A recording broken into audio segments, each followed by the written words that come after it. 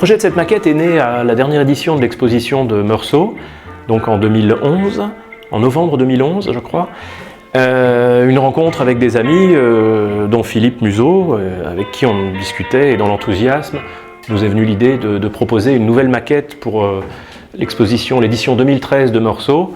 Donc réaliser une maquette qui reproduirait un site bourguignon, proche de Meursault, et assez logiquement, je crois que c'est moi qui ai lancé l'idée du viaduc de la Combe-Bouchard à Vellars-sur-Ouche.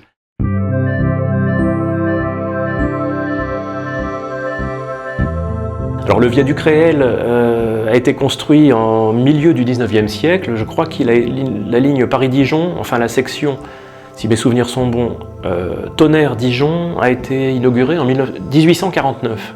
Donc le viaduc date de cette époque-là, ainsi que le tunnel de Blaisy-Bas qu'on franchit lorsqu'on monte en TGV en direction de Paris. Donc les TGV continuent de passer sur ce viaduc plus de 150 ans après, 160 ans après, et il est toujours bien debout, ce qui laisse entendre que les gens de l'époque construisaient solide. Alors en fait, le relief donc, est constitué simplement de plusieurs couches de papier entrecollées. Hein, finalement, c'est très léger. L'avantage, c'est que c'est très léger et puis c'est relativement solide. Donc si on veut percer des trous pour coller les arbres, il n'y a aucun souci, ça se perce avec une petite pointe à tracer, il n'y a aucun souci. Donc ça permet d'alléger grandement le relief que si on avait fait tout ça tout en plâtre.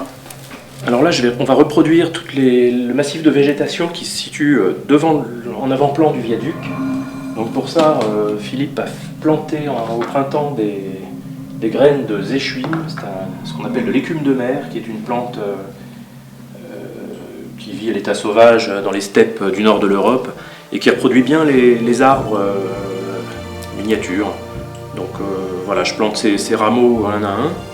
Et ensuite, une fois que le massif d'arbres sera fait, on va le peindre à la bombe ou à l'aérographe en vert foncé pour floquer par-dessus quelque chose qui imitera le feuillage. On a travaillé à partir de photos aériennes, à partir de cartes IGN et beaucoup de photos faites sur place.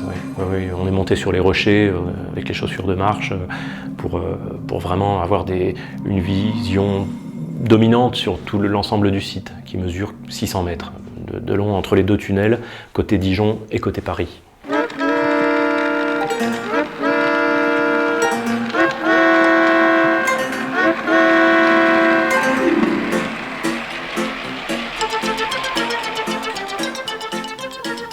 Alors là, il s'agit de régler la caténaire de manière à ce que le pantographe qui est là puisse glisser sans accrocher la caténaire lorsque le train passera à vitesse réelle, c'est-à-dire l'équivalent de 160 km/h transposé à l'échelle.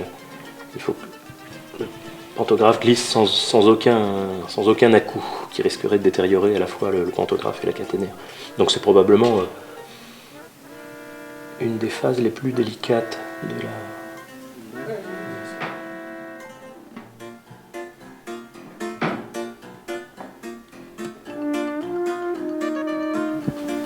Voilà, je pense que maintenant ça accrochera plus. Vas-y, essaye. Il faut la avancer là. On a reproduit vraiment précisément l'appareillage du viaduc réel. Bon, il y a des petites entorses à la réalité parce qu'on est quand même obligé de transposer certaines choses à l'échelle de manière à rendre le viaduc transportable. Mais on est allé jusqu'à reproduire certaines caractéristiques comme les petits garde-corps qui entourent les supports de caténaire là, qui sont là. Qu'on a mesuré sur place et qu'on a reproduit en métal précisément. C'est tous ces petits détails qui, ma foi, qui font que c'est une maquette qui évoque ce site-là et pas un autre. J'ai prévu de faire les deux fils supérieurs de la caténaire en vert de gris, ça imite bien le cuivre qui prend l'oxydation.